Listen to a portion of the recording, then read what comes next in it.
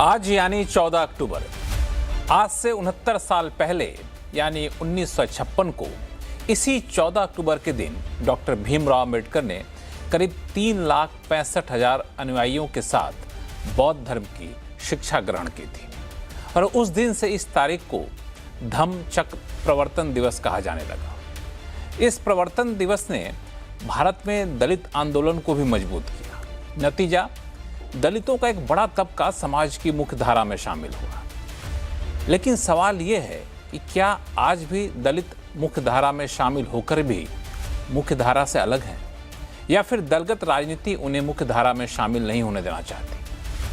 आज ये सवाल इसलिए फिर से खड़ा हो गया है क्योंकि एक और चुनाव की वजह से बिहार में दलितों के नाम पर राजनीति फिर से गरमाई हुई है, तो दूसरी ओर महज इत्तेफाक कहें या फिर कुसंयोग, एक दलित आईपीएस वाई पूरन कुमार की आत्महत्या ने पूरे माहौल को और गरमा दिया है। कांग्रेस ने तो आज प्रेस कॉन्फ्रेंस कर मोदी के अमृतकाल को दलितों का श्रापित काल तक बता डाला। बिहार में दलितों के चेहरा चिराग पासवान ने तो यहां तक कह डाला कि आईपीएस वाई पूरन कुमार के परिवार को न्याय नहीं मिला तो कोई भी दलित परिवार मुख्य धारा में शामिल होने के बारे में नहीं सोचेगा। ऐसे में सबसे बड़ा सवाल यह है कि बिहार चुनाव से पहले ये दलित विरोधी सेंटीमेंट जो है वो भाजपा के लिए क्या कोई चिंता की बात है क्या? और एक सवाल और, पहले वरिष्ठ आईपीएस अधिकारी की आत्महत्या और फिर जांच अधिकारी की आत्महत्या, क्या ये पूरे प्रशासनिक व्यवस्था पर सवाल खड़े नहीं करता? आज आवाज अड्डा में करेंगे इसी पर खास चर्चा। नमस्कार, मैं हूं लक्ष्मण रॉय और चर्चा में शामिल होने वाले अपने मेहमानों से आपका परिचय कराऊं। इससे पहले एक रिपोर्ट देख लीजिए कि अब तक क्या क्या हुआ है।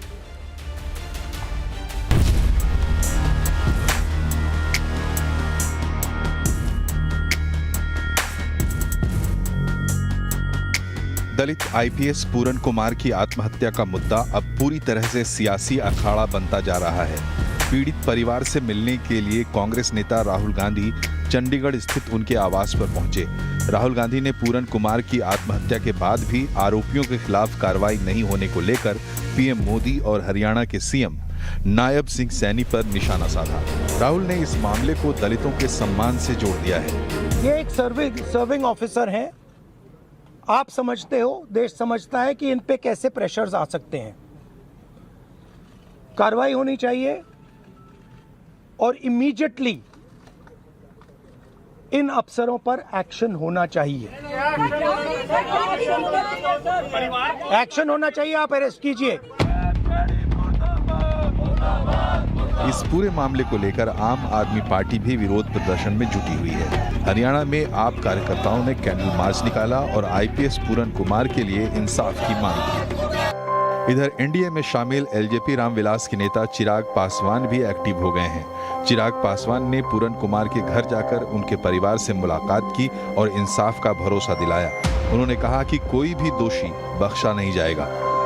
जिसने ये दर्शाया कि आज भी 21वीं सदी में भी जात पात धर्म मजहब को लेकर किस तरीके से लोगों को प्रताड़ित किया जाता है, उनकी जाति के आधार पर उनके साथ भेदभाव किया जाता है। और ये कहीं ना कहीं इस समाज के लिए ही नहीं, पूरे देश के लिए ये चिंता का विषय है।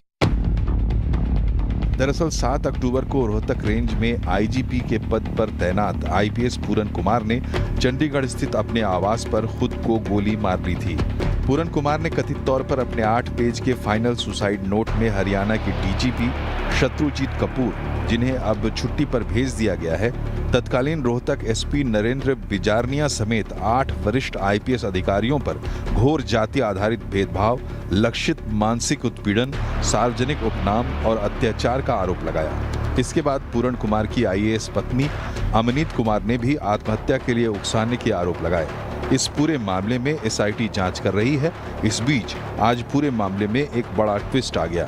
रोहतक साइबर सेल में ही एएसआई के पद पर तैनात संदीप लाठर ने रोहतक में अपने आवास पर सिर में गोली मारकर आत्महत्या कर ली। उन्होंने एक 4 पेज का सुसाइड नोट छोड़ा है, एक वीडियो भी बनाया है। इसमें उन्होंने पूरन कुमार पर भ्रष्टाचार के आरोप लगाए हैं। सच्चाई से रूबरू करवा रहा हूँ। इनकी भ्रष्टाचार की जड़ें बहुत गहरी हैं। जो दरखास्त इनके खिलाफ कंप्लेंट हुई थी उसी भ्रष्टाचार से डर के इसने सुसाइड कराया है। जब मैं देखा भाई तेरे पटली तेरा पाप का घड़ा भर लिया, प्रकाष्ठा होगी तेरी। इस वीडियो और संदीप की आत्महत्या ने पूरे मामले को और जटिल बना दिया है। भ्रष्टाचार और जातीय उत्पीड़न के आरोपों की तफ्तीश चल रही है। पुलिस की पूरे मामले पर नजर है, लेकिन बड़ा सवाल ये है कि ऐसे संवेदनशील मामले को सियासी दंगल के दांव पेच में क्यों बदला जा रहा है।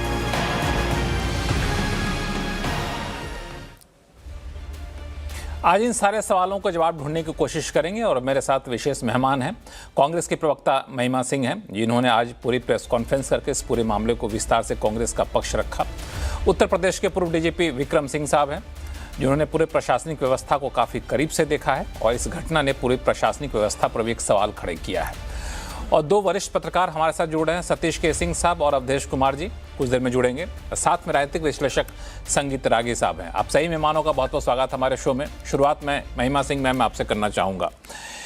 एक वरिष्ठ पुलिस अधिकारी की तरफ से आत्महत्या किया जाना पूरे व्यवस्था के ऊपर एक सवाल उठा रहा है, भ्रष्टाचार का मुद्दा उठ रहा है, लेकिन इसको इस कदर पेश करना कि ये दरअसल मोदी सरकार के अमृत काल को दलितों के ऊपर श्रापित काल के तौर पर आपने उसको उपमा दी थी, आपकी प्रेस कॉन्फ्रेंस को मैंने सुना था। क्या वाकई इतना बड़ा मामला है या फिर बिहार में चुनाव है, इस वजह से इस मामले में ज़्यादा गर्माहट दिख रही है? जय हिंद। सबसे पहले तो मैं कहूंगी लक्ष्मण जी, निदा फाजली साहब के अल्फाज में कि तेरे मेरे नाम नए हैं, दर्द पुराना है, जीवन क्या है तेज हवा में दीप जलाना है।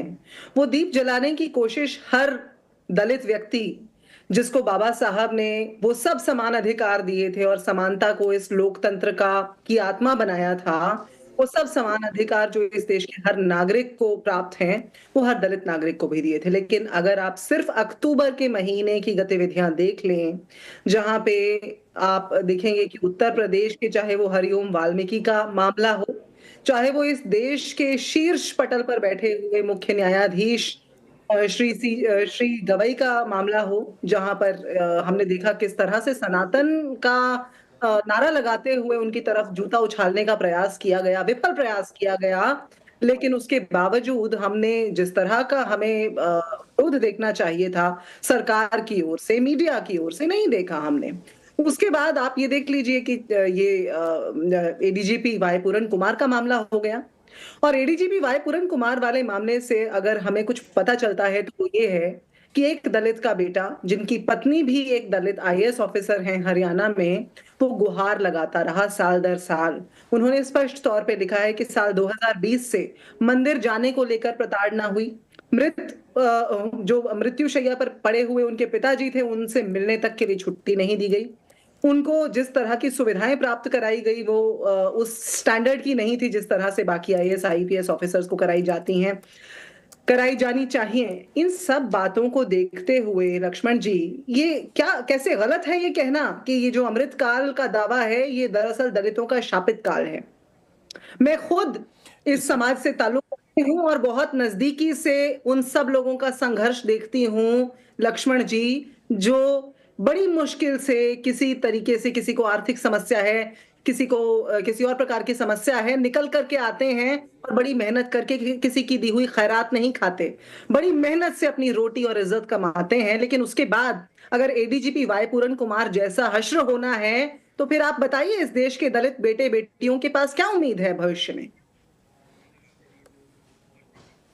इसमें महिमा जी, मैं एक सवाल पूछूंगा आपसे, फिर मैं दूसरे मेहमानों के पास जाऊंगा। वो ये कि आपने इसको दलित का मामला किया, भ्रष्टाचार का मामला किया, लेकिन आज ही आपने देखा होगा कि जांच अधिकारी ने भी खुद आत्महत्या की। उन्होंने खुद एक सुसाइड वीडियो पूरा बनाया और उन्होंने उल्टा वाई पूरन सिंह पर आरोप लगाया कि वो खुद भ्रष्टाचार में लिप्त थे, दलित होने के नाम पर वो अधिकारियों को इसको इनकैश किया करते थे। तो फिर ऐसे में तो सारा मामला उल्टा पड़ जाता है ना। एक बार अपने ऊपर गोली चलाने से पहले शायद लाखों बार मरा होगा व्यक्ति अपने मन में, चाहे वो रोहतक के संदीप लाठर हो आज या वो वाई पूरन कुमार हो। ये जो बात है ये एक मानसिकता की बात है लक्ष्मण जी।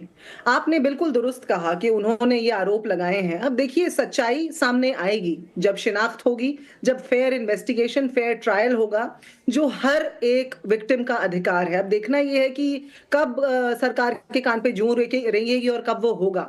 लेकिन अगर आप वाई पूरन कुमार जी का 8 पेज का सुसाइड नोट देख लें, आपने जरूर देखा होगा, आप तो वरिष्ठ पत्रकार हैं और तमाम रिपोर्ट्स उसके ऊपर बाहर आ चुकी हैं। उस सुसाइड नोट के अंदर लक्ष्मण जी बाकायदा ये लिखा गया है कि मेरे खिलाफ एक साजिश रची जा रही है। ये बात आज से 7-8 दिन पहले लिख करके वो व्यक्ति अपनी जान की आहुति देकर के चला गया।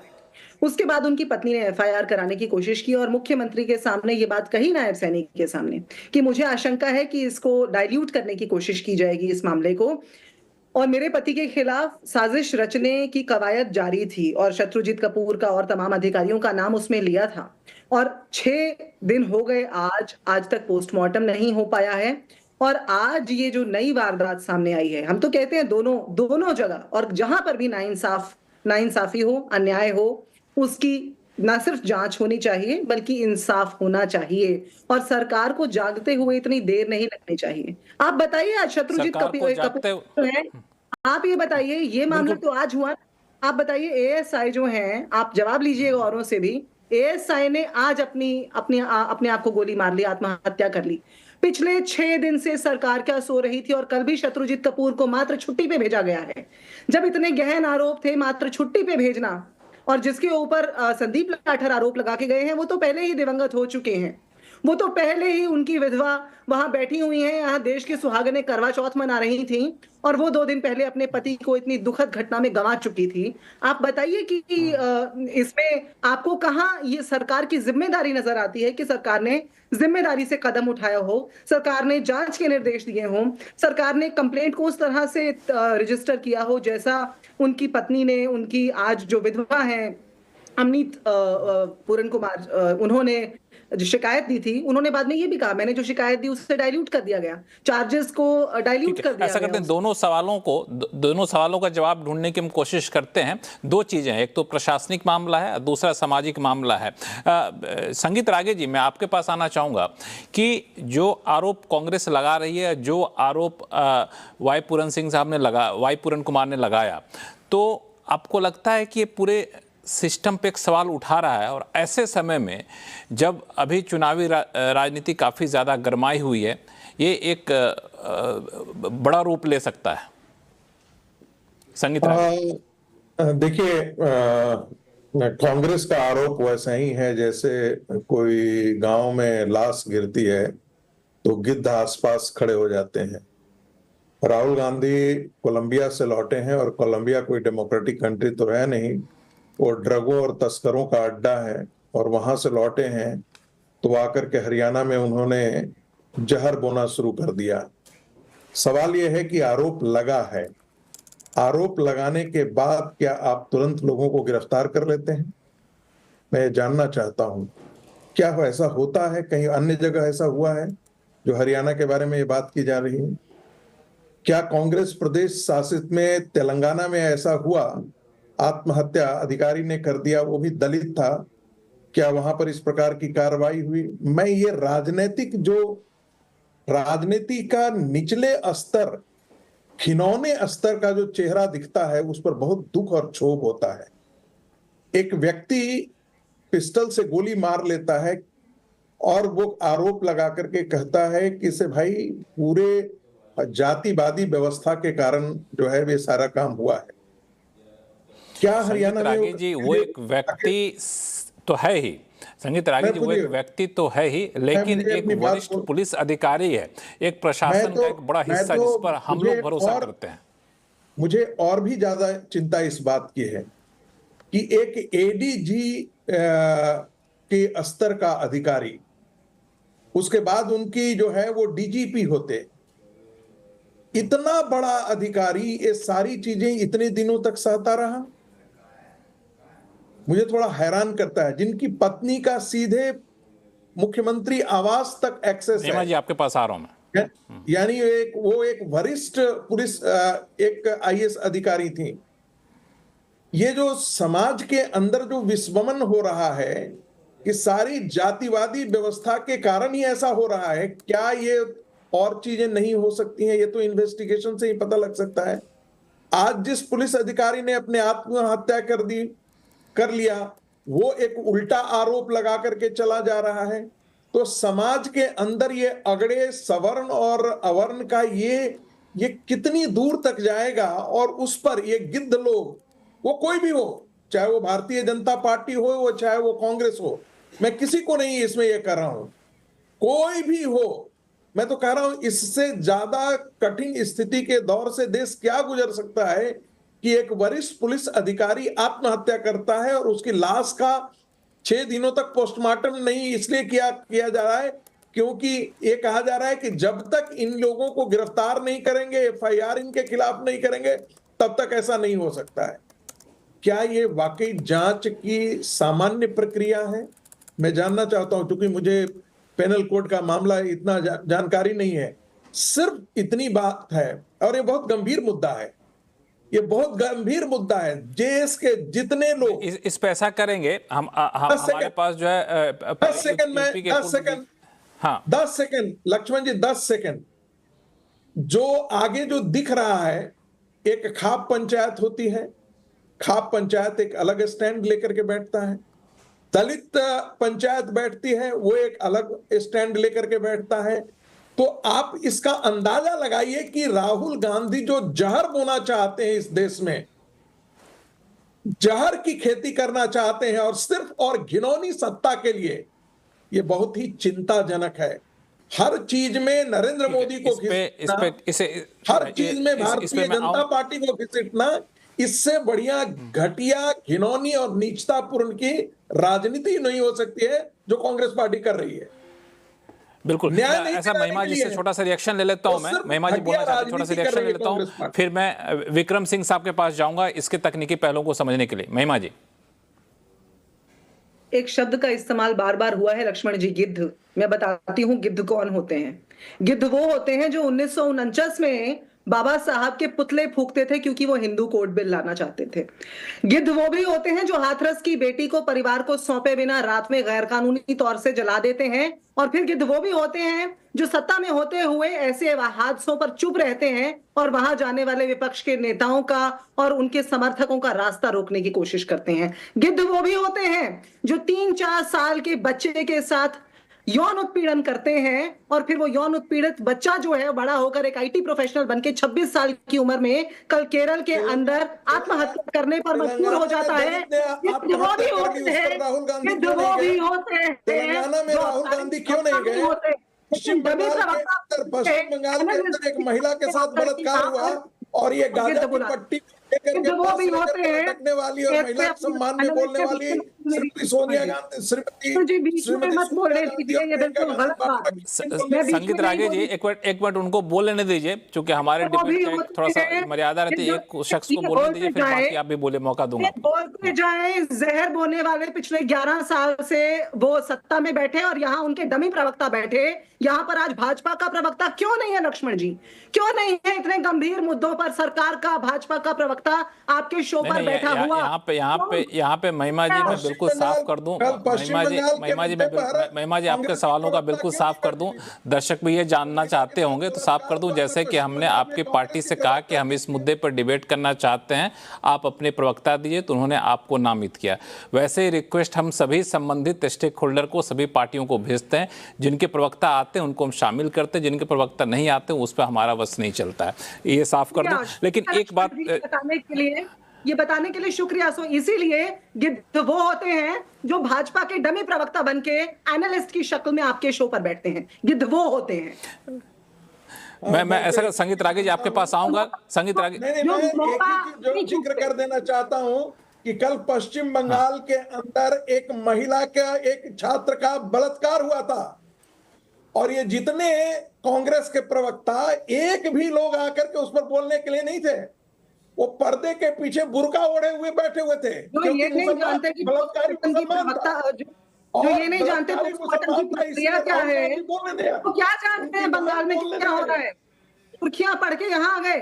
पश्चिम बंगाल के अंदर कांग्रेस पार्टी जमीन पर धरातल पर है और हर उस मुद्दे पर लड़ रही है वहां पर काबिज सत्ताधारी पार्टी से, जिस मुद्दे पर वहां की ठीक है, ऐसा करते हैं, ऐसा कर संगीत रागे जी, महिमा जी, आप लोगों के पास दोबारा मैं आऊंगा। शो में अभी काफी समय है, दो वरिष्ठ पत्रकार हमारे साथ सतीश के सिंह साहब, अवधेश जी भी जुड़े हुए हैं, उनके पास जाऊंगा, लेकिन यूपी के पूर्व डीजीपी विक्रम सिंह साहब हैं। सर, एक मुद्दा जो अभी संगीत रागे जी ने भी उठाया कि और जो हर कोई पूछ रहा है कि छोड़ दीजिए, दलित का मामला अलग है, दूसरा ये बाकी अलग डिबेट पे अलग हमारे पैनलिस्ट करेंगे, लेकिन जब एक वरिष्ठ पुलिस अधिकारी भ्रष्टाचार के मुद्दे का आरोप लगाकर आत्महत्या करता है और फिर एक जांच अधिकारी भी आत्महत्या करता है, आरोप दोनों के एक ही होते हैं, भ्रष्टाचार, तो मतलब दाल में कुछ काला तो है। लक्ष्मण जी, सभी विद्वान पैनलिस्ट को मेरा नमस्कार प्रणाम स्वीकार करें। दाल में कुछ काला नहीं है, पूरी दाल ही तारकोल की तरह काली है। और इतना बड़ा जो एक समस्या सामने आई है, हरियाणा के सामने, पुलिस विभाग के सामने, देश के सामने, ये अवश्य है कि जबरदस्त फॉल्ट लाइन सिस्टम में है और उन फॉल्ट लाइंस को समाधान अगर पहले हो जाता, ये दोनों त्रासदी कर सकती थी। मैं ये विनम्र निवेदन है और मेरा आह्वान होगा कि इस संकट और इस चुनौती की घड़ी में हमें संवेदना, समाधान और इस तरीके की सहानुभूति की बात करनी चाहिए। और आरोप प्रत्यारोप वो ठीक है, राजनीतिक मित्रों की अपनी अनिवार्यता है, लेकिन पुलिस विभाग में इसके लिए एक इंटरनल ग्रीवांस रिडर्सल सिस्टम है। वाई पूरन कुमार जी, मैं समझता हूं कि एक बहुत ही उनका परिवार बहुत ही प्रतिष्ठित परिवार है। उनकी पत्नी स्वयं में आईएएस है, वरिष्ठ आईएएस अधिकारी हैं। एक परिवार में मुझे बताया जाता है एमएलए भी हैं और अनुसूचित जाति कमीशन में भी लोग सदस्य हैं। तो ऐसे पहुंचे हुए परिवार को कभी असहाय अनुभव करने का क्या सिस्टम था, लेकिन ये तो खैर जांच बताएगी कि उनके ऊपर संकट था, क्या उनके ऊपर ऐसे बोझ थे या क्या उनकी मजबूरियां थी कि उन्होंने अपनी जो अर्ज हालात कहते हैं, हमारे विभाग में कहते हैं अर्ध हालात, सिपाही का भी ये अधिकार है जाके डीजीपी के यहाँ समय लेके जाके मिल सकता है। ये तो एडीजी थे, ये अपनी बात जाकर के डीजी नहीं तो प्रमुख सचिव गृह, मुख्य सचिव, मुख्यमंत्री से कह सकते थे और मैं समझता हूं जरूर कोई ना कोई समाधान किया होगा। लेकिन अंततोगत्वा निचोड़ इस बात का है लक्ष्मण जी कि दोनों ही केसेस को एक दूसरे के पूरक है। अब मैं केवल विवेचना के दृष्टिकोण से बताऊंगा, दोनों केस एक दूसरे के पूरक है और एक की गुत्थी दूसरे में, पहले की गुत्थी दूसरे में है। दोनों को एक SIT जिसमें कम से कम एक महिला अधिकारी जरूर हो और इसको समयबद्ध तरीके से समस्त साक्ष्यों का समाधान करे। 7 दिन तक लाश का पोस्टमार्टम न होना, मैं उम्मीद करता हूं कि परिवार को यह जानना चाहिए कि उसके हक में होगा कि विवेचना के साथ सहयोग करे। विवेचना के साथ सहयोग न करना, हम आप सब जानते हैं कि धारा 201 IPC और धारा 238 भारतीय न्याय संहिता के अनुसार एक दंडनीय अपराध भी है और हमारा यह हित में यह है कि हम विवेचक और विवेचना के साथ सहयोग करें। लैपटॉप को देना चाहिए फॉरेंसिक और पूरे एग्जामिनेशन के लिए, साइबर इवैल्यूएशन के लिए, जिससे कि किसी के मन में कोई शंका ना हो। सही दिशा में विवेचना जाएगी तो सबका, मैं समझता हूं, विवेचना की बिल्कुल गुणवत्ता अच्छी रहेगी। जो एक्सक्रेशिया पेमेंट होगा, जो इंश्योरेंस क्लेम्स होंगे, जो बाकी चीजें होंगी, अगर कोई पदक ड्यू होगा उसमें कोई व्यवधान नहीं होगा। लेकिन विवेचना में अगर हम खुद ही कोई रोड़ा अटकाएंगे, व्यवधान करेंगे, तो किसी के हाथ में नहीं है, विभाग के भी, पूरन कुमार जी के भी और परिवार के भी। इसमें जितनी देरी होगी पीड़ित परिवार को न्याय मिलने में, उतनी कह सकते हैं कि दिक्कतें सामने आएंगे। सबूत के साथ छेड़छाड़ के बहुत सारे मामले आते हो, तो बहुत जितना जल्दी हो, चूंकि सिर्फ किसी एक शख्स का आत्महत्या का मामला नहीं है, वरिष्ठ पुलिस अधिकारी का आत्महत्या का मामला। इस पर मैं और सवाल लेकर आपके पास आऊंगा, लेकिन सतीश के सिंह और अवधेश कुमार जी दोनों लोग हमारे साथ जुड़ चुके हैं। सतीश के सिंह साहब, अभी आपने सुना होगा बहस में महिमा जी थी और संगीत रागे जी, जब बातचीत होने लगी तो कांग्रेस पे एक आरोप जो लगाते हैं कई लोग कि जब भी ऐसे घटनाएं होती हैं तो सेलेक्टिवली लोगों के पास जाकर के सहानुभूति जताया जाता है। इस आरोप पे कितना दम है? तो भाई ऐसी बात है कि अगर मान लीजिए हरियाणा में इतनी बड़ी घटना हुई है, शायद भारत के आजादी के इतिहास में ये ऐसी घटना है जो ऐसे 1 2 3 4 5 हुए होंगे, इससे ज्यादा नहीं हुए होंगे। और जबकि दलित अधिकारी हो और पुलिस वाला ही अगर ऐसे करेगा या कोई स्थितियां बनती हो ऐसे उसको करना पड़ा है, तो फिर वो लोग क्या कर पाएंगे देश में? भाई पुलिस कहीं की भी नहीं कुछ कर सकती, ये हालात है। देखिए, ये सबके ऊपर कलंक है और ये खोजना कि बंगाल में हो गया, फलानमा जगह ये हो गया, ठिकाना, इससे कोई समाधान थोड़ी निकलना है। ये तो आप इस समय सबको एक होना है। और दूसरी बात एक और भी है, क्या भारतीय जनता पार्टी ऐसा नहीं करती क्या? वो भी तो सिलेक्टिव होती है। तो ये पार्टी में इसको रखने की बात नहीं है। सीधी सी बात है कि एक दलित अधिकारी, बहुत बड़ा अधिकारी, जिसका परिवार पूरा इस तरह से प्रशासनिक अमले में हो, अगर ये कुछ हुआ है तो इसका मतलब बहुत कोई ना कोई डीप रूट्स है, बहुत अंदर तक की बात है, जिसका कुछ खुलासा अभी तक नहीं हो पाया है। ये हरियाणा सरकार, पूरी जो एजेंसियां हैं, उसकी जिम्मेदारी है कि इसके तह तक जाए। कुछ तो बहुत बड़ा हुआ है। अरे हमने तो ऐसा देखा है कि ऐसे ऐसे मुद्दे हुए हैं जिसमें सरकारें चली गई हैं। तो राजनीति करने वाले तो इसमें नहीं राजनीति करेंगे तो कैसे करेंगे? वो तो राजनीति तो करेंगे ही ना। लेकिन संवेदनशीलता का मुद्दा है, और अगर इसमें 12 आईएएस और क्या क्या के नाम आ रहे हैं तो ये तो बहुत बड़ा मुद्दा है। ये तो बहुत बड़ा मुद्दा है। आप प्रशासन पर कैसे लोगों का यकीन होगा? कैसे यकीन होगा? देश में माहौल भी बहुत अच्छा नहीं है। एकदम ऐसा नहीं है। बहुत ज्यादा विभाजन है, बहुत सारा धर्म के आधार पर, जाति के आधार पर, दलित मुद्दे पर, सारे मुद्दे पर है। तो ऐसे स्थिति में अगर ये सिलेक्टिव होगा और इसमें कंपटीशन के भावना से उसके वो निकालो, इसके ये निकालो, इससे काम नहीं चलेगा। ये बहुत गंभीर संकट का आमंत्रण है। मैं देख पा रहा हूं कि देश में स्थिति क्या हो रही है। नहीं, लेकिन सतीश जी, जब इसको राजनीतिक चश्मे से देखा जाएगा तो लोग तो सवाल सामने वाले से भी पूछेंगे ना। हाँ पूछेंगे, लेकिन अभी क्यों पूछेंगे? पहले ही पूछे ना। ये तो इसलिए पूछ रहे हैं क्योंकि उनसे पूछा जाएगा, क्योंकि कलंक का छींटा उनके ऊपर आता है। तो क्या है कि भाई फलाना के खिलाफ ये हुआ, यहाँ पर कोई घटना हो गई, तो भाई लक्ष्मण राय से पूछो कि भाई आपके यहाँ तो ऐसे हुआ था। ये कोई निदान नहीं है।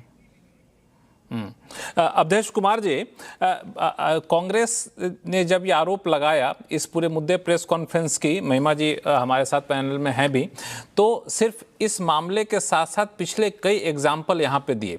यहाँ तक कि मुख्य न्यायाधीश के ऊपर जूते फेंकने का आरोप हो, उत्तर प्रदेश में दलित की हत्या का मामला हो, उन सारे सिलसिलेवार ढंग से सारे मुद्दे सामने रखे और फिर आरोप लगाया कि ये अमृत काल नहीं, दरअसल दलितों के लिए श्रापित काल है। लक्ष्मण जी, अगर मैं इसका राजनीतिक जवाब दूं तो फिर वही कांग्रेस की जो प्रवक्ता है, हालांकि बहुत अच्छी भाषा, अच्छे उच्चारण है उनके, मुझे सुनने में आनंद भी आ रहा था, तो फिर वो डिबेट जरा दूसरी ओर चली जाएगी। मैं कांग्रेस के काल के भी आपको ऐसी घटनाओं का वर्णन करूंगा कि उस समय सुप्रीम कोर्ट के न्यायाधीशों के साथ क्या क्या हुआ। ये तो हर पार्टी अपने अपने समय क्या करती है, लेकिन पहले ये देखिए, किसी भी इतने बड़े अधिकारी ने अगर स्वयं को अपने सर्विस रिवॉल्वर से गोली मार दिया है तो एक हृदय विदारक घटना है। वो ईमानदार थे, बेईमान थे, उस पर हम बहस कर सकते हैं। दूसरी बात, अगर उन्होंने लिखा कि भाई मैं दलित होने के कारण मेरा उत्पीड़न हो रहा है और नाम लिखा है, तो उस पर हंगामा होगा, लोग खड़े होंगे। लेकिन क्या सहसा इस पर विश्वास होता है कि इतने बड़ा अधिकारी प्रमोशन के कारण और वो अपने को गोली मार लेगा? भैया, हम लोगों ने तो देखा है कि आईएएस आईपीएस का अगर प्रमोशन रुकता है तो कोर्ट में जाके करा लेते हैं, उनकी हैसियत होती है। लेकिन अब जो है, क्या केवल पूरन सिंह जी ने किए ही आत्महत्या पर बात होगी या संदीप लाठर ने जो लिखा है उस पर भी बात होगी? राहुल गांधी जी अगर यहां गए हैं तो क्या राहुल गांधी जी और उनकी पार्टी संदीप लाठर मनुष्य के रूप, पद के रूप में अलग था ना, मनुष्य के रूप में तो दोनों समान है। अगर दलित की दृष्टि से देखा जाए तो एडीजी यहाँ सवर्ण मान लीजिए और एक एएसआई जो अपने को गोली मारा है उसको दलित मान लीजिए, पद के आधार पर तो वो दलित हुआ। अगर वो भी आदमी लिख रहा है, पहले वो आदमी लिख रहा है कि भाई मतलब ये पूरन कुमार जो है भ्रष्टाचारी थे, दुराचारी थे, सिस्टम को जातिवाद के नाम पर हाईजैक किया है और जो सरकार द्वारा कार्रवाई की जा रही है बिल्कुल गलत है और उनके खिलाफ बहुत सारे सबूत है, मैं अपने शहादत देकर सच्चाई के जांच की मांग कर रहा हूं, तो क्या परिस्थिति रही होगी जरा कल्पना करिए। ये बताता तो है कि हरियाणा पुलिस के अंदर एक भयानक परिस्थिति कुछ है जो कि सबके सामने नहीं आया है अभी तक। लेकिन अगर हम कोई महिमा जी आ रहा हूं आपके पास। आत्महत्या करते हुए भी आरोप नहीं, पूरी बात कर रहे हैं, आत्महत्या करते हुए भी आरोप लगाता है, तो चाहे वो विवेकशीलता का नियम है कि जिन पर आरोप लगाया है उसकी भी बात एक बार सुनी जानी चाहिए। एक परिस्थिति ऐसी पैदा हुई और दूसरा आदमी भी अगर गोली मार के ये कह रहा है और सारा बताया कि इन लोगों ने जातिवाद के आधार पर पति पत्नी ने किया है, उनका भी लंबा पत्र है, तो अब यह मामला एक पक्षीय नहीं रहा, मामला दो पक्षीय है। अब जांच होगी तो दोनों ओर होगी, बात होगी तो दोनों ओर होगी। अब मैं सेकंड पॉइंट पर आता हूं। जो आरोप उन्होंने लगाए हैं उसमें अफसरों में 3 दलित अफसर हैं। जरा ध्यान से ध्यान रखिए, जिनके नाम है उनमें एफआईआर, उनमें 3 स्वयं दलित अफसर हैं। हालांकि अब केस में अनुसूचित जाति कानून लगा दिया गया है, लेकिन उसमें 3 दलित अफसर हैं। अब मेरे सामने एक केस आया है कि जब मनोज यादव, जिनका नाम है इस एफआईआर में, डीजीपी थे, तो पूरन कुमार जी ने उनके विरुद्ध पहले schedule caste schedule tribe commission में आरोप लगाया था। उसने जांच की, कहा कि आरोप गलत है, उनको निर्दोष साबित कर दिया। उसके विरुद्ध हाईकोर्ट गए, हाईकोर्ट ने कहा कि नहीं, जांच सही है। फिर ये राष्ट्रीय अनुसूचित जाति अनुसूचित जनजाति आयोग में आए, उन्होंने जांच करके कहा कि आरोप गलत है। फिर ये हाईकोर्ट में गए, फिर वो उसमें एक गलत साबित हुए, तो फिर उनका एफआईआर में नाम है। इसलिए जितना दिखा, मृत्यु तो किसी के लिए भयावह है, वो तो परिवार के लिए बहुत बड़ी घटना है। किसी का इस ढंग से चला जाना परिवार और रिश्तेदारों के लिए। दलित आया है तो दलित नेता लोग खड़े होंगे, लेकिन सच्चाई वो है, वो दिखाई नहीं देती है जो पूरन जी के पत्र में है, जो इस हंगामे से आया है। इसकी एक पृष्ठभूमि है, उस पृष्ठभूमि को देखना पड़ेगा। साथ ही साथ जो नामजद लोग हैं, क्या उनके कैरियर पर कभी कोई ऐसा प्रश्न आया है? तो क्या ऐसा है कि पूरन जी के विरुद्ध कोई ऐसी जांच चल रही थी? कई शिकायत आए थे, क्योंकि अगर लाठर कह रहा है कि बहुत सारी शिकायतें हैं मृत्यु के पहले, तो बहुत सारी शिकायतें आई हैं जिनकी जांच हो रही है। तो वो स्थिति उस सब सामने आना पड़ेगा। 6 लोगों की एसआईटी गठित हो गई है जांच से, उसकी रिपोर्ट आने दिया जाए।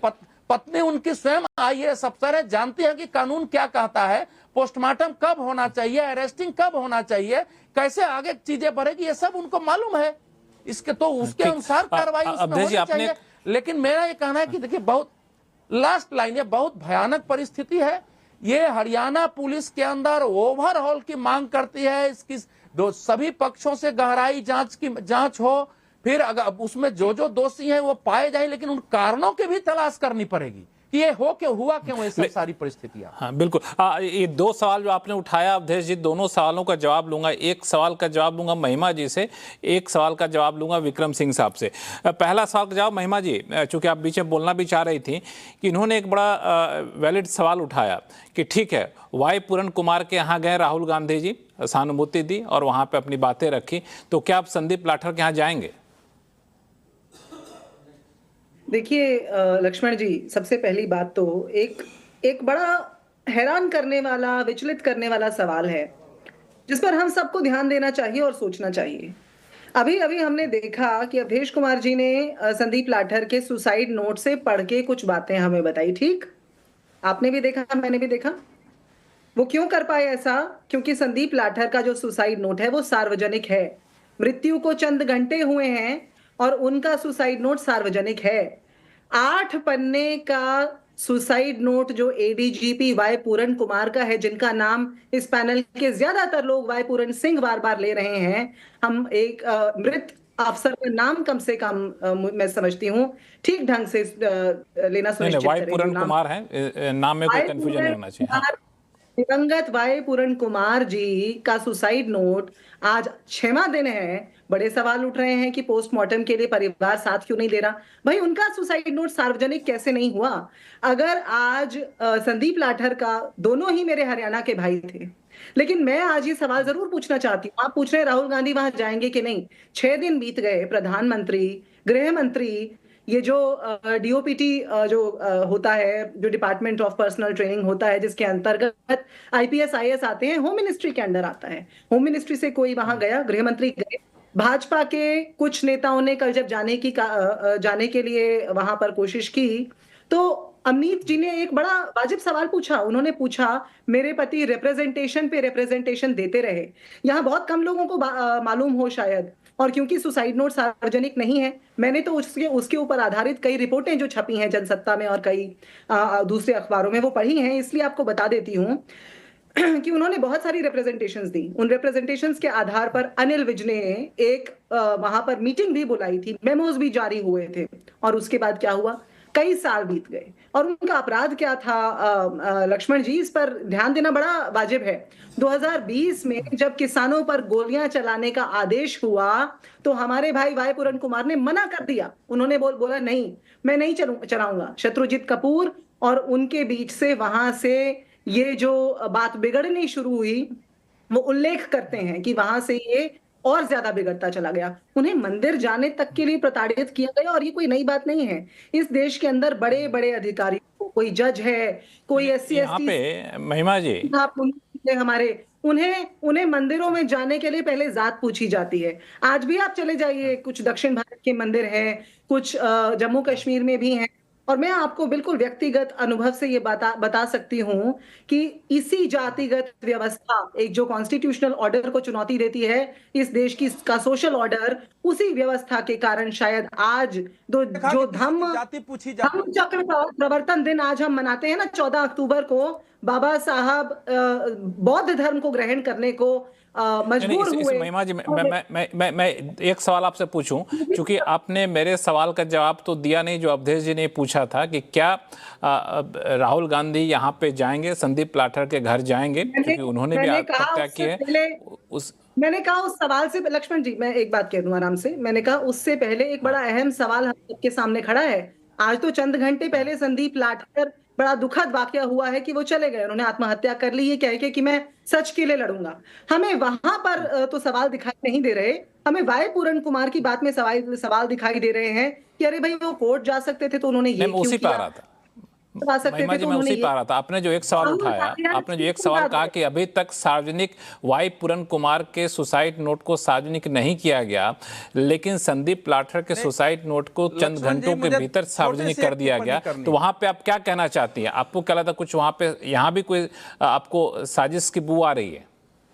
मैं तो एक सवाल खड़ा कर रही हूं, जो प्रशासन संदीप लाठर का सुसाइड नोट बाहर निकाल सकता है, सार्वजनिक कर सकता है, उस प्रशासन ने वाई पूरन कुमार का सुसाइड नोट आज तक सार्वजनिक क्यों नहीं किया, जबकि तमाम पत्रकारों और तमाम अखबारों के पास, चैनल्स के पास उस सुसाइड नोट की प्रति है। ये मैं आपको बता सकती हूँ, उसके आधार पर रिपोर्टें भी निकाली जा रही हैं।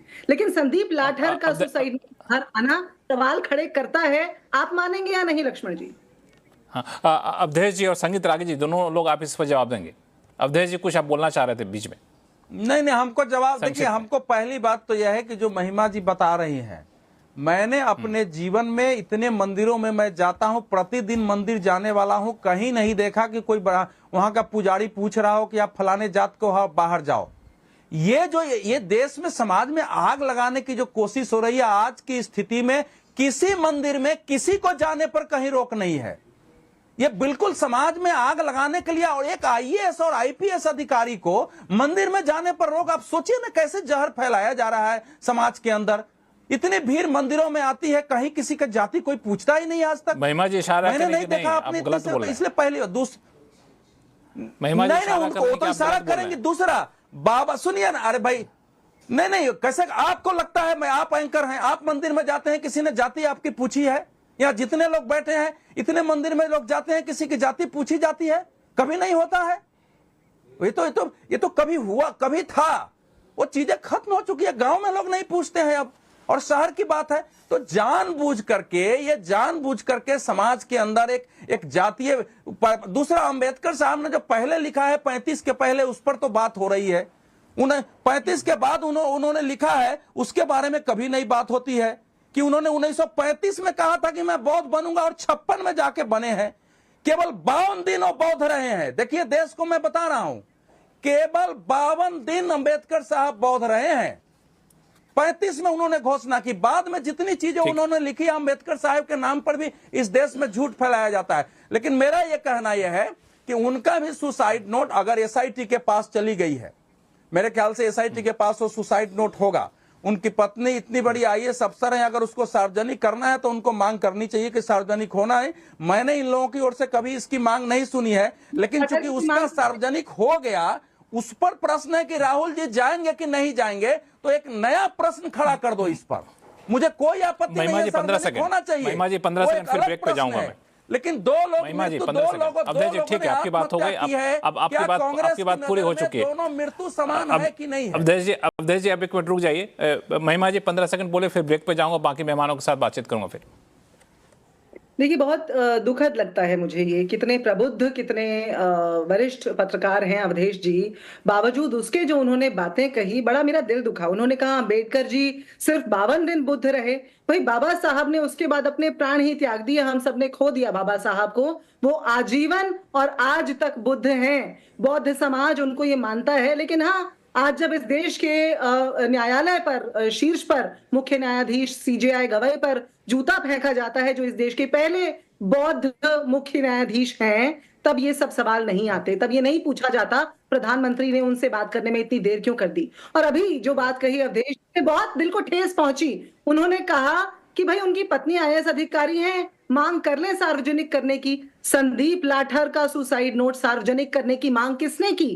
क्या किसी की मांग पर सार्वजनिक हुआ है? किसकी मांग पर वो सार्वजनिक हुआ है? आपने तो पढ़ के सुना भी दिया, आज पहली चर्चा उसके ऊपर हो रही है और पिछले 6 दिन से चल रही है वाई पूरन कुमार जी की आत्महत्या के ऊपर। ना पोस्टमार्टम होने तक बात पहुंच पा रही है और ना सुसाइड नोट सार्वजनिक है। और आज जब बात आई, बहुत दिल को ठेस लगी होगी हर दलित को, इस बात सुनने वाले को, और इस देश के हर सोचने समझने वाले नागरिक को। क्या आप कह रहे हैं? इस पे महिमा जी, संगीत रागे जी भी कुछ बोलना चाहते हैं, लेकिन चूंकि वक्त हो गया ब्रेक का, मुझे ब्रेक पे जाना होगा। ब्रेक के बाद लौटते हैं, फिर आप लोग अपनी बात पूरी रखिएगा, कहीं जाइएगा नहीं। लौटते हैं छोटे से ब्रेक के बाद जल्द।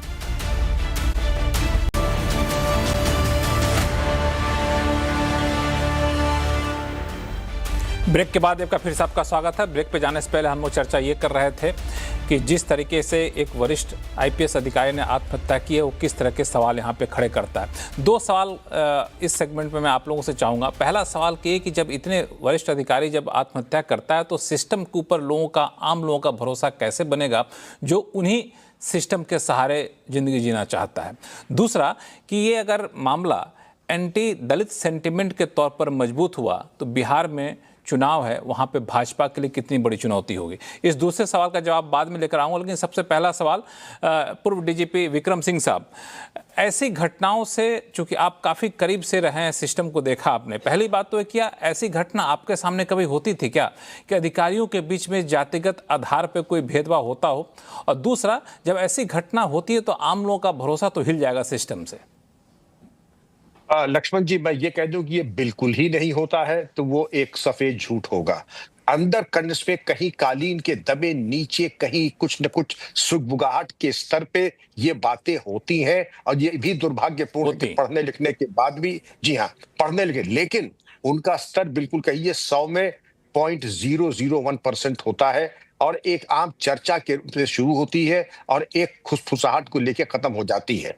व्यवहार में अगर लाता तो ये मान के चलिए कि एनुअल कॉन्फिडेंशियल रोल में एक पंक्ति लिखी जाती है कि his consideration in respect of weaker sections of society is absolutely above board, या उनका समाज के दुर्बल वर्ग के बारे में इनकी जो कार्य पद्धति थी वो उत्कृष्ट थी, सामान्य थी या निकृष्ट थी। और अगर निकृष्ट आ जाता है तो उस अफसर का कैरियर खत्म हो जाएगा। अगर उसने कोई ऐसी हरकत कर दी जिससे कि मालूम पड़े और प्रमाणित हो जाए कि किसी ने किसी अनुसूचित जात के अधिकारी को मंदिर जाने से रोका, प्रोन्नति रोकी, सरकार की जो आरक्षण नीति है उसके अनुसार प्रोन्नति नहीं दी अथवा भर्ती नहीं की, तो कैरियर चौपट खत्म हो जाएगा। लेकिन आपका जो पहला सवाल है, क्या ये मन में जो गलतफहमियां, भ्रांति हैं 100% समाप्त हो गई हैं? मैं कहूंगा यस, 99.99% समाप्त हो गई, लेकिन 0.1% आज भी कुछ सीमित अधिकारियों में, उनके हृदय में एक दबी हुई एक चीज वो दिखाई पड़ती है यदा कदा, और आपस की कानाफूसी तक ही सीमित रहती है।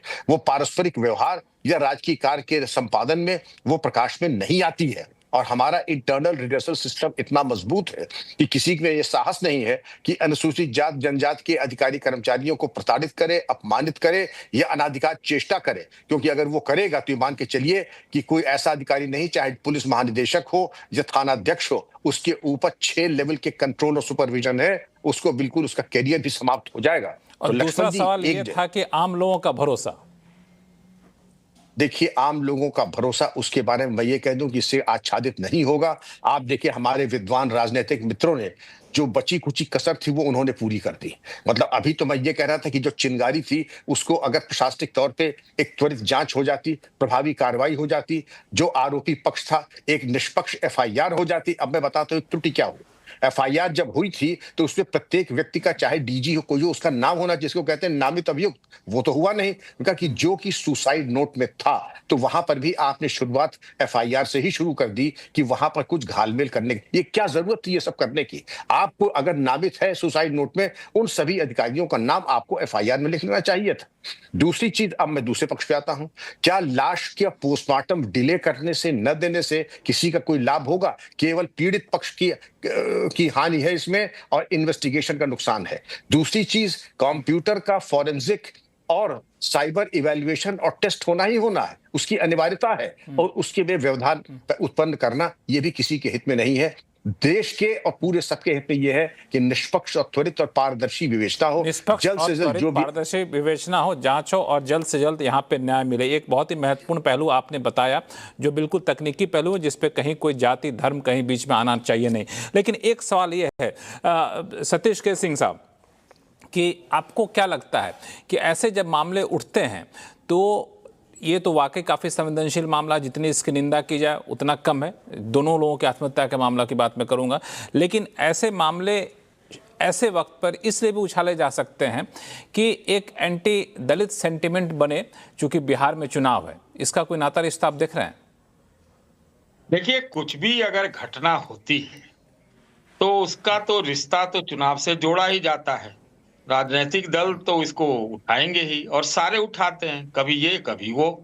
मैं दूसरी बात करना चाहता हूं, मैं ये कहना चाहता हूं कि जो लोग ये बोलते हैं कि प्रशासनिक अमले में जातीयता, छुआछूत तो नहीं कहेंगे, डिस्क्रिमिनेशन ये नहीं होता है, तो इससे बड़ा सफेद झूठ और कुछ नहीं हो सकता। जैसा भी विक्रम कहा सिंह जा जी रहा ने साफ कर दिया कि होता है, कम होता है, 0.1% उन्होंने क्वांटिफाई किया। नहीं भाई, क्या कह रहा हूं? अरे पूरा प्रशासन के अंदर जितनी पॉलिटिक्स है, देखिए, सुनिए, समझिए, सूंघिए, ये बहुत है। और जब से ये पॉलिटिकल और जो एडमिनिस्ट्रेशन का नेक्सस बनना शुरू हुआ है, तब से तो यही हो गया। क्यों ये आरोप लगता है कि फलाने जगह फलाना सरकार है तो फलाने जाति का आदमी सब पदों पर आ गया? ये वही बात है। और क्या डिस्क्रिमिनेशन और छुआछूत नहीं रहता? तो इतने सारे जो कानून बने हैं, इसके बावजूद बनाए गए कानून, और बनाना पड़ा कानून, और इसके बावजूद भी ये कोई कहता है कि बहुत बड़े बड़े वीवीआईपी तक के खबर देखा है, हमने सुना है और जानता भी हूं कि उनको कभी कभी बड़े बड़े लोगों को बड़े बड़े मंदिरों में जाने से रोका गया। इस पे मैं आऊंगा अवधेश जी से जवाब लेकर के, लेकिन संगीत रागी जी, एक सवाल मैं आपसे पूछना चाहता हूं कि इस तरह के मामले आपको लगता है कि तात्कालिक चुनौती पैदा कर सकती है बीजेपी के लिए? क्योंकि बिहार चुनाव के लिहाज से, राजनीति के लिहाज से, जाति के लिहाज से बहुत संवेदनशील जगह है, वैसे आप बखूबी जानते हैं। देखिए दो तीन बातें, क्योंकि मैं भी पिछले 33 साल से सरकार में काम कर रहा हूं, और हम लोग जिस दलित समाज के बारे में आप बात कर रहे हैं, हम लोग अतिशय संवेदनशील होते हैं। फिर मैं दोहरा रहा हूं, अतिशय संवेदनशील होते हैं, ताकि कुछ ऐसा नहीं हो जिससे कि ये आरोप आप पर लगे कि ये एंटी दलित है। अतिशय संवेदनशील होते हैं। दूसरी बात, कांग्रेस पार्टी वही पार्टी है ना, बूटा सिंह किस जाति से थे? वो श्रीमती गांधी उनसे जूते उठवाया करती थी, अपनी चप्पल और स्लीपर उठाते। ये फोटोग्राफ को लोग दुनिया ने देखा नहीं है क्या? सीजीआई जो आज बने हैं वो दलित होने के कारण नहीं बने हैं। वो कांग्रेस पार्टी, उनके पिताजी कांग्रेस पार्टी में थे, आज वो मेरिट के आधार पर यहां तक पहुंचे हैं।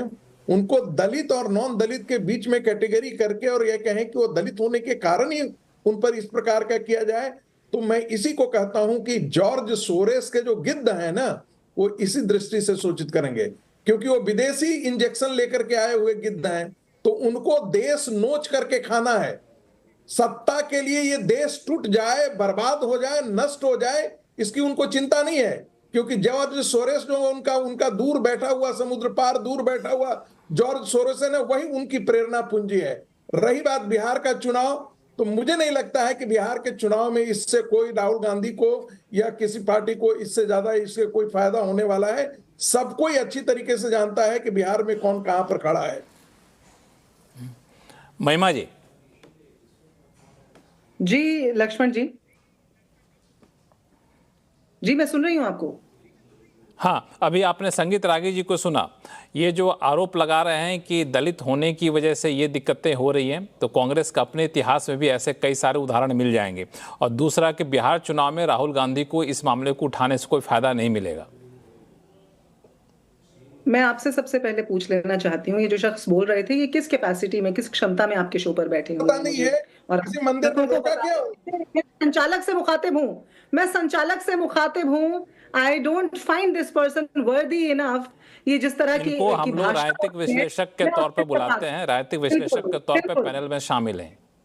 बिल्कुल। तो देखिए, अब आप ये समझिए, विश्लेषक ये शब्द अपने साथ एक निष्पक्षता का भाव लेकर के आता है। और आपके दर्शक सुन रहे हैं और उन्होंने बता दिया, मैं 22-23 साल से सरकार में काम कर रहा हूं। ये जो विचार यहाँ रख रहे हैं, मैं उन विचारों को न इस लायक समझती हूं कि उन पर कोई टिप्पणी की जाए। हाँ, लेकिन मैं ये जरूर याद दिला देना चाहती हूँ, आज मैंने अपनी प्रेस कॉन्फ्रेंस में सिर्फ जानता हूँ कि देश के लिए हम हैं, हम कोई राजनीतिक गिद्ध नहीं है। बोलने दीजिए, हस्तक्षेप होगा, मैं राजनीतिक गिद्ध नहीं हूँ। कांग्रेस पार्टी की तरफ से राजनीतिक। संगीत रागी जी एक बार सुन लेते हैं, संगीत रागी जी एक बार महिमा सिंह जी को सुन लेते हैं, फिर आपके पास आऊंगा। महिमा सिंह जी अपनी बात करें। इनके नाम के नीचे डमी भाजपा प्रवक्ता लिख दिया कीजिए, जनता के साथ ये छलावा बंद कीजिए। इनके नाम के नीचे डमी भाजपा प्रवक्ता लिखा कीजिए, पहली बात। दूसरी बात, मैं आपको चंद वाकया याद दिलाती हूँ, आज प्रेस कॉन्फ्रेंस में भी बताए थे। 19 जून 2025 को लक्ष्मण जी, आंध्र प्रदेश में एक दलित सरपंच को भाजपा विधायक ने मंच पे चढ़ने से रोका, एक वारदात। दूसरी वारदात आपको मैं बता देती हूँ, भाजपा की ही 29 सितंबर 2025 को राजस्थान के जोधपुर में एक, ये इस साल की वारदातें बता रही हूँ, इतिहास में जाने की आवश्यकता नहीं है, इतिहास तो भरा पड़ा है इनका। इन्होंने बाबा साहब के पुतले फूके थे। 29 सितंबर 2025 को राजस्थान के जोधपुर में एक दलित छात्र पर नेता का स्वागत ना करने पर, एक दलित छात्र पर भाजपा नेता का स्वागत ना करने पर हमला किया गया, शराब की बोतलों से हमला किया गया। और इस तरह के आपको पिछले कितने ही वर्षों के, पिछले 11 साल के, कहीं किसी दलित के मुंह में मूत्र विसर्जन कर दिया, कहीं किसी के कनपट्टी पर बंदूक रख दी। मध्य प्रदेश तो भरा हुआ है। मैं आपको बताती हूँ हरियाणा में भाजपा क्या करना चाह रही है। हरियाणा में भाजपा एडीजीपी की सुसाइड को व्यापक घोटाले वाला रूप देना चाह रही है। ये इस पूरी चर्चा का निष्कर्ष है। संगीत रागी जी 15 सेकंड, फिर अवधेश कुमार जी के पास जाऊं क्लोजिंग रिमार्क्स के लिए। देखिए, कांग्रेस पार्टी वो पार्टी है जो दलितों का मैसेकर करवाती थी। दलित रिजर्वेशन की बात जब बिहार के अंदर पहली बार पंचायत में शुरू हुआ था, तो मैं उस बात का साक्षी हूं कि कांग्रेस पार्टी के एमएलए लोगों ने इसका विरोध किया था। बाबा साहब अंबेडकर का जो नॉमिनेशन पत्र भरा है, उनमें कौन थे? दत्तोपंत ठेंगरी जी थे, जो राष्ट्रीय स्वयंसेवक संघ के प्रचारक थे। तो आरएसएस ने बाबा साहब के पुतले उनको हराने वाला कौन था? ये बाबा साहब अंबेडकर को बेइज्जत करने वाले कौन थे? बाबा साहब के पुतले किसने? पूरी कांग्रेस पार्टी। मैदान में बाबा साहब के नेहरू ने अपने जेब में भारत रत्न रख लिया। श्रीमती अवधेश कुमार जी, जेब में भारत रत्न रख लिया। 15 सेकंड में अपनी बात पूरी करें, फिर शो को खत्म करें। अवधेश कुमार जी,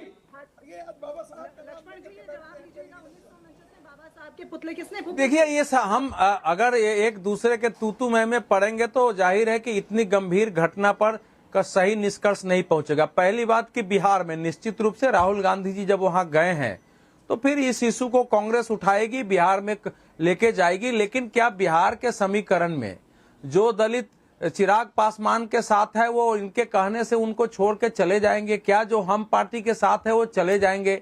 देश में इस समय सबसे ज्यादा दलित जो सांसद आते हैं वो अनुसूचित जाति जनजाति को भारतीय जनता पार्टी के साथ आते हैं। तो ये भी एक सच्चाई हमको ध्यान रखनी चाहिए।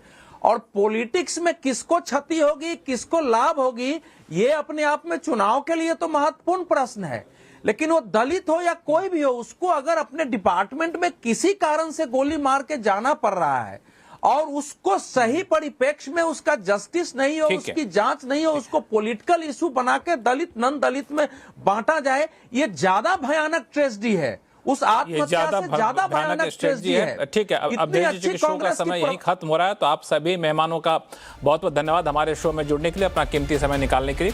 आवाज अड्डा फिलहाल इतना ही। देखते रहिए सिंबी से आवाज। नमस्कार।